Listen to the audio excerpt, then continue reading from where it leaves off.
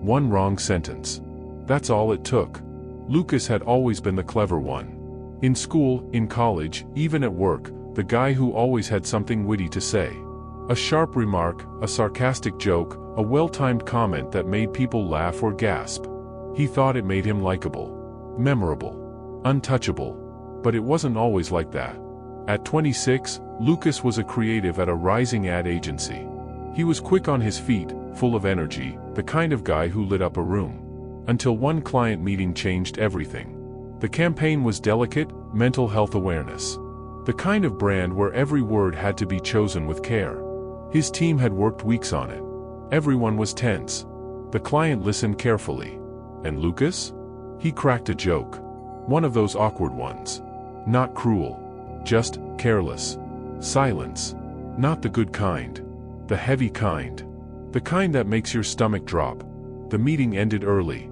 The next morning, the team got the news. The client had pulled the deal. And yes, it was because of that comment. Lucas tried to explain. It was just a joke, he said. It wasn't meant like that. But no one defended him. Not even his closest coworkers. He went home that night and didn't turn on the TV. Didn't put on music. Didn't check his phone. He just sat there, on the floor of his apartment, still in his office clothes, staring at the wall. The silence was louder than anything he'd ever heard. That's when he noticed a book on the coffee table. His sister had left it there. Meditations by Marcus Aurelius. He picked it up without thinking. And then he read the sentence that stopped him cold, think before you speak. Many times, silence is the best answer. He read it again. And again. Because in that moment, it didn't feel like a quote. It felt like a warning. Like it had been written for him, for right now. That night, Lucas didn't sleep. But something inside him woke up. He realized he had built his entire identity around talking. Around being heard. Around standing out. But it had cost him everything. He had never once considered that silence could be power. And that was the night he decided, if my words can destroy my life, then maybe silence can save it. Lucas didn't become a different person overnight. He still had the same instincts, the sharp comebacks, the urge to correct, the craving to speak first in every room. But after that night, he made one small change. He paused. It wasn't easy. The habit of speaking had been with him for years. But now, before each sentence, he'd stop and ask himself, do I need to say this? Or do I just want to be heard? And often, the answer was silence. At work, it felt strange at first. During meetings, he didn't jump in. During brainstorming sessions, he held back. People noticed. But not in the way he feared. They didn't think he was weaker. They didn't think he had nothing to say.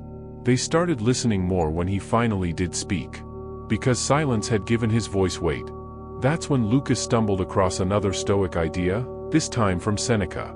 Even fools are thought wise if they keep silent. He laughed when he first read it, but the truth hit hard. For years, Lucas had been talking to prove something. Now, he realized he didn't need to. His silence wasn't absence. It was discipline. His coworkers began inviting him to projects again, not because he was funny or clever, but because he had become measured. Calm. Reliable. And most importantly, he had become someone they trusted. Not with jokes. With judgment. At a networking event one Friday night, a guy from another agency made a joke very similar to the one Lucas had made in that fateful meeting. The room fell quiet. Awkward. A few people chuckled nervously. But Lucas just looked down at his drink, said nothing, and walked away.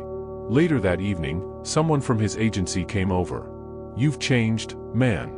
You don't feel like the guy who needs to be the loudest in the room anymore. That's rare. Lucas smiled. Not because he was proud, but because he understood now what he never had before. Noise attracts attention. Silence earns respect. The world is full of people who talk. The world remembers those who listen, and speak only when it matters.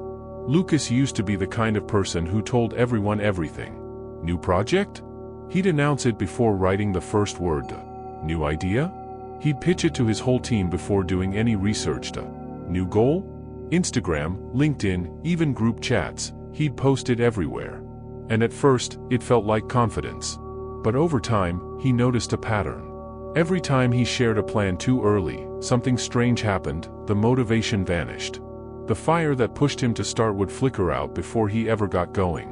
One day, after lunch, he casually told a coworker he was thinking about applying for a leadership training program. It was a big step, something that could shape his career. The coworker looked at him and smirked. Leadership, huh? You sure you've got the patience for that? It was a small comment. A joke. But it echoed in Lucas's mind for days. He didn't apply. And guess what? That same coworker applied for the same program weeks later, and got accepted. Lucas was furious, at first. But as he sat with the feeling, something deeper surfaced. This wasn't about betrayal. It was about lack of discipline, his own. He had given away his idea before it was strong enough to defend itself. And the Stoics had warned him. The more you talk about what you're going to do, the less energy you have to actually do it. From that day on, Lucas stopped making his goals public announcements. No more early posts. No more loud promises. Instead, he wrote his goals in a small black notebook he kept in his desk drawer. He looked at them each morning. He let his actions do the talking. And soon, the results began to show. One by one, people at work noticed that Lucas had changed, not just in how he spoke, but in how he moved. He got promoted. He led projects. He stayed late. But he never explained. And when someone asked, "How do you pull this off?" he'd just smile and say, "I've been working on it for a while." The truth was, he had. Just in silence. There's a kind of silence that's louder than any scream. Lucas discovered it not in a meeting, or a conflict, but in his own apartment, late at night, holding his phone, ready to explode. A colleague had sent a passive-aggressive message in a group chat. It wasn't direct, but it was aimed at him. The kind of comment that needles its way under your skin, dressed up as just feedback. His fingers hovered over the keyboard. He started typing a sharp reply, fast, clever, undeniable. He was about to press send. And then, something stopped him. A line from Marcus Aurelius came back to him. You always have the option of having no opinion. He deleted the message. Closed the chat. Locked the screen. That moment, choosing silence over reaction, was a turning point. Not because Lucas was afraid to speak but because he realized his reaction was about him, not the other person. He wasn't angry because of the comment. He was angry because he was tired. Because he hadn't slept well. Because things hadn't gone right at work that week. And the comment? It was just the spark, not the fire. He began noticing this more and more. At the supermarket, when someone cut in line.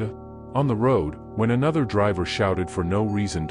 At home, when his sister brought up something she knew would press his buttons. In every case, his first instinct was to react. But now, he paused. Is this about them, or me? More often than not, it was about him. The Stoics had a word for this kind of power, mastery. He who is brave is free, said Seneca. But bravery isn't just rushing into battle. It's choosing not to react when every part of you wants to explode. Lucas started keeping a notebook, this time, for his emotions. When something triggered him, he'd write instead of speak.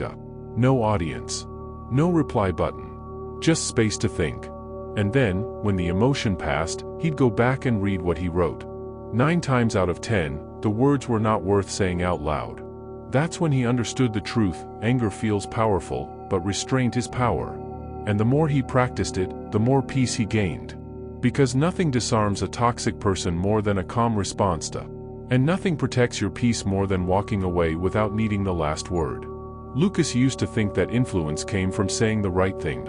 But he was wrong. It wasn't until he became the quietest person in the room that he started to be heard. At first, people were confused. The guy who always had a quip, a comeback, an opinion, was now just listening. Really listening. He would sit in meetings, hands folded, letting others rush to speak first. He'd pause before responding, not because he didn't have something to say, but because he was waiting to understand what wasn't being said. That silence, it made people lean in. One day, his boss pulled him aside after a team review. She said, "I don't know what changed, but when you speak now, people stop scrolling. They listen. They take it seriously." Lucas smiled, not out of pride, but out of peace. Because what he'd learned was simple: words carry more weight when they are rare. He remembered Epictetus, who said, "We have 2 ears and 1 mouth so that we can listen twice as much as we speak." And it wasn't just in the office. At home, his sister was venting about her relationship. The old Lucas would have jumped in with advice, cut her off with solutions. This time, he just said, "Tell me more." She cried, not because of what he said, but because, for once, someone actually listened. That night, Lucas journaled one sentence. "Today, my silence did more than my words ever could." He no longer saw silence as emptiness. He saw it as space, the space where growth happens, where trust is built, where truth has room to breathe. And the final truth? People trust the one who listens. People follow the one who speaks only when it matters. And peace, real peace, belongs to the one who doesn't need to speak to prove anything. So Lucas stopped chasing the perfect words. He started becoming the man who didn't need them.